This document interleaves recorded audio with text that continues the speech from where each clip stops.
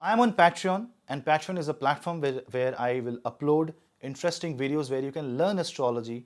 And this is an exclusive Patreon only membership videos where you will get some interesting takes on Vedic astrology, some interesting learning on Vedic astrology, which I can usually will not upload on general YouTube platform.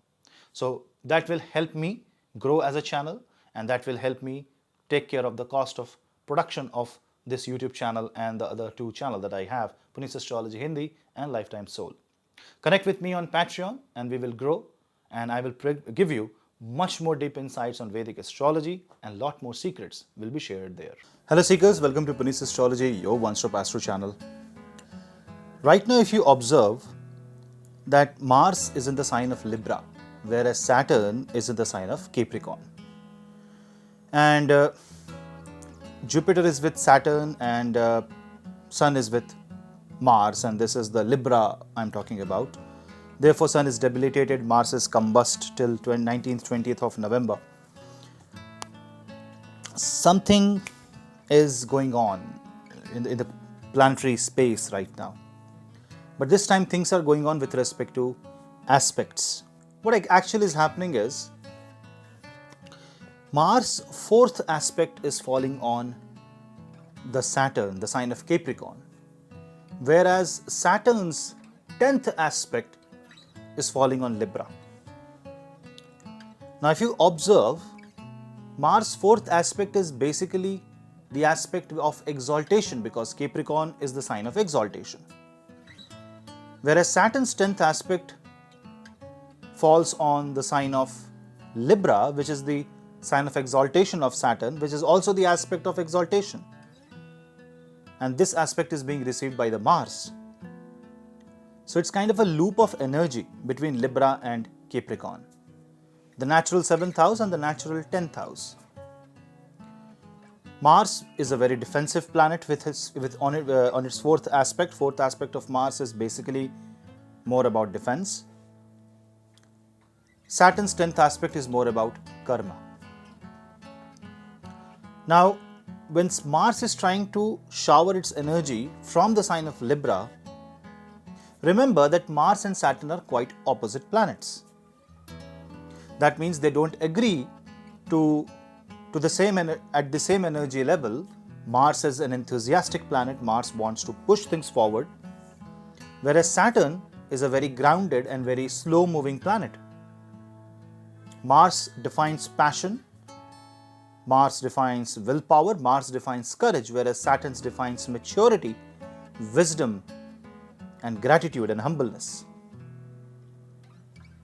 So while Mars tries to protect the Saturn, Saturn activates the Mars by the 10th aspect. In reality, if you see these two houses, Capricorn and Libra, is right now under tremendous amount of pressure. And this pressure is also being shared by Jupiter and Sun. Surprisingly, both are debilitated. Now that is something unique. Sun is debilitated in Libra, Jupiter is debilitated in Capricorn. They both are coming under the aspect, but yes, Jupiter is somehow in a partial Neech Bhanga, whereas Sun is not, because Sun is with Mars and Mars is not exalted in Libra. This sharing of energy is making Sun and Jupiter go uneasy. So especially if you are a Capricorn ascendant, Capricorn moon sign, Libra ascendant, Libra moon sign, or if you have Rahu or Ketu in either of these two houses, you will feel quite uneasy in this time. Because on one hand, Mars wants to create a boundary around Saturn, wants to protect the Saturn. The Saturn wants to push Mars and install the patience in Mars. This means that Saturn, the planet of wisdom, is trying to install patience in energy. It's like charging the capacitor. And while the capacitor is being charged, tomorrow, after some time, when the energy is within us, this energy must be and will be put to some use, good or bad, and will shape out in a good way or bad way, depends on your own horoscope. Also, it depends whether Libra and Capricorn how is the position of these two zodiac signs in your horoscope. But right now, as long as Mars is in Libra, they will share the energy. Mars will try to push the energy to Saturn, and Saturn will try to push the wisdom to Mars, and this is like a perfect harmony between Saturn and Mars. And if there is one God whom you can pray at this time, and you can easily connect to the God, and then you can absorb the power, and someone who symbolizes this purity of planets is Lord Hanuman. Shri Hanuman is a god of power, one of the most powerful god, Chiranjeevi. And he is Bhakt of Shri Ram, showing the devotion in spite of all the power and always ready to protect, selflessly showering love on anyone who reaches out to him. That's the protection of Mars, the defense of Mars, and the karma of Shani. It's like Mars is trying to defend if you fulfill your duty, because Shani is all about duty. And the more you fulfill your duty, the more defense you will get, the more protection you will get. The more you surrender, the purer the energy will become. The more you do things the way they should be done, the more the passion and the balance will come in your life. Very few people will actually understand this play of energy. And one more thing is happening, especially after 30th of October, which is adding power to this aspect exchange, and that is Venus transit to the sign of Sagittarius. How? Why? What is the use? Well, the use is that Libra is ruled by Venus. It goes in the house of Jupiter, which is with Saturn. So there is one more energy sequence, a kind of a shortcut, another loop is being created by Venus. And Venus is the planet that controls Libra more than Mars, and that is why this becomes far more important, because now the Prakriti comes into play. Venus symbolizes Prakriti, the feminine side of life. The Devi comes into play, the Devi comes into picture. Sagittarius is Dharma. Sagittarius is about knowledge, wisdom. It's the fire within. It's the first step towards spiritual journey, the journey to moksha, the journey to Pisces. And it is when Venus reaches Sagittarius, is when Venus realizes that the true potential can only be explored when it reaches another house of Jupiter by fulfilling the duty and responsibility in the Capricorn and Aquarius, and ultimately reaching Pisces, thereby shedding off everything, losing everything and dissolving in the ocean. It's like Bhakt meeting Bhagwan, the Bhakt meeting God himself. This might be a very general transit. This might be just another position of planets for a lot of you. But at least to me, if I try to see the play of energy here, I do see something very unique. Maybe this is unique to me, but I just wanted to share with you that this is what I see. This is the time when a pure devotion will be valued. This is the time when the selfless act will be registered by the cosmos. This is the time when a single emotion towards divinity is going to take you places.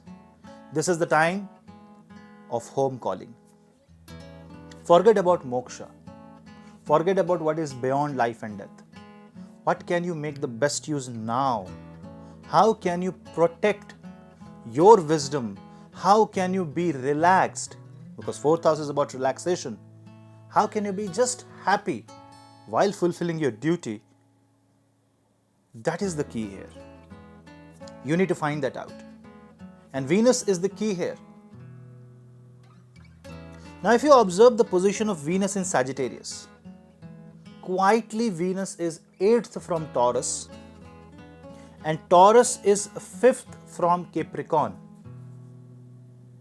I am sure those who know a bit of astrology will understand and will be relating to what I say. 5th from Capricorn is the Purva Punya of Shani and Jupiter. That is now getting connected to Saturn and Jupiter indirectly through Venus and Jupiter. And Saturn and Mars are brute forces, something there to act, and Jupiter and Venus are Jnana. It is like the knowledge is ready to act, but you need to follow the path of Dharma, the path of devotion. Blind belief will not work here. A simple prayer to the goddess and the gods is going to give you the kind of patience, the kind of life that you always desire, and the entire humanity is experiencing this energy. I am sure in the next 3 to 4 months you will see a remarkable shift. A lot of people will have to choose whether they are with the Suras or whether they are with the Asuras. That means within themselves they have to choose a personality. Who are they? Who are you? Because soon Mars will move into the sign of Scorpio, and then Mars will join Ketu.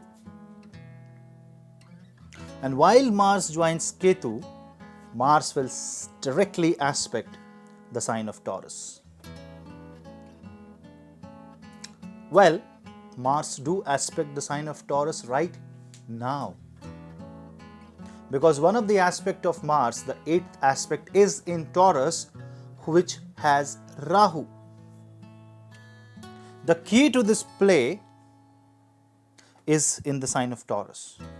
If you go in your own horoscope, find out what the Taurus zodiac is doing right now in your life, you will see that you are more concerned about the area of life controlled by Taurus in your horoscope than any other area. I'm talking in general. Obviously, Mahadasha, Antardasha, your own horoscope will play it differently. But say for example, Sagittarius ascendant, you are more concerned about your loan, health. You are more concerned about the legal issues, the obligations, the karma, the prarabdha, the duty. If you are Cancer ascendant or moon sign, you are more concerned about income, public appearances, network circle, anything that has to do with 11th house. So this play of Libra and Capricorn must be addressed in a very positive way, and the one way you can actually address this energy is by surrendering to the feet of Bhagwan Hanuman.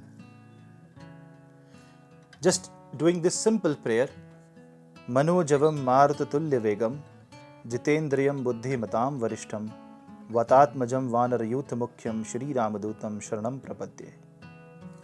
By chanting this shloka, remembering Hanuman, by chanting Hanuman Chalisa, understanding what Hanuman is, what energy he represents, who is he, and why Hanuman wants to teach us what he wants to teach us, what power he holds. If you understand that, you will understand the true meaning of surrender, the true meaning of power. And you know this famous quote that we all know, with great power comes great responsibility.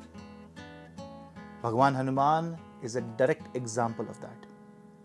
He is the one with the greatest power and has and will execute the greatest responsibility. And that is what we have to do. Venus will help us. But in all this planetary exchange, if you see carefully, Lakshman Rekha, Venus is in Pap Kartari. Whatever we have to do, we have to bind ourselves by the laws of Dharma, by the laws of righteousness. And when within the boundary we decide to act exactly the way it should be done, whether we like it or not is not the choice here, but if we simply do things for higher calling, higher purpose, not believing something blindly but directly questioning things, then definitely we will reach the path where we are supposed to reach. And I don't know whether this time will come in the future or not. I just found out that this energy exchange, and I was surprised that this is a unique play of energy. So why not make the best use of it? So I'm just informing you. It is just a casual video. I just wanted to share this information. If you like this information, you're open to share your comments, your suggestions. It's just a casual interaction. You can just comment your point of view to my video. If you know something about this energy, if you're feeling something, please write in the comment section. So it becomes a thread, a forum kind of thing where other people can also read the comments and understand that yes, there is some power play going on. And if you are too restless at this time, then don't worry. Things will go right. Just pray to Hanuman. Learn the art of surrender. Learn the art of grounding, because Shani and Mangal both represents the earth element, the element of patience and the element that only becomes stronger when you beat and put a pressure on it. So the pressure on you is only going to make you stronger. So that was a quick take on this kind of aspects and this kind of a total overall energy exchange that is happening in the universe. If you like, do like the video and subscribe to my channel and share the video among family and friends. We'll meet in the next video. Till then, namaste.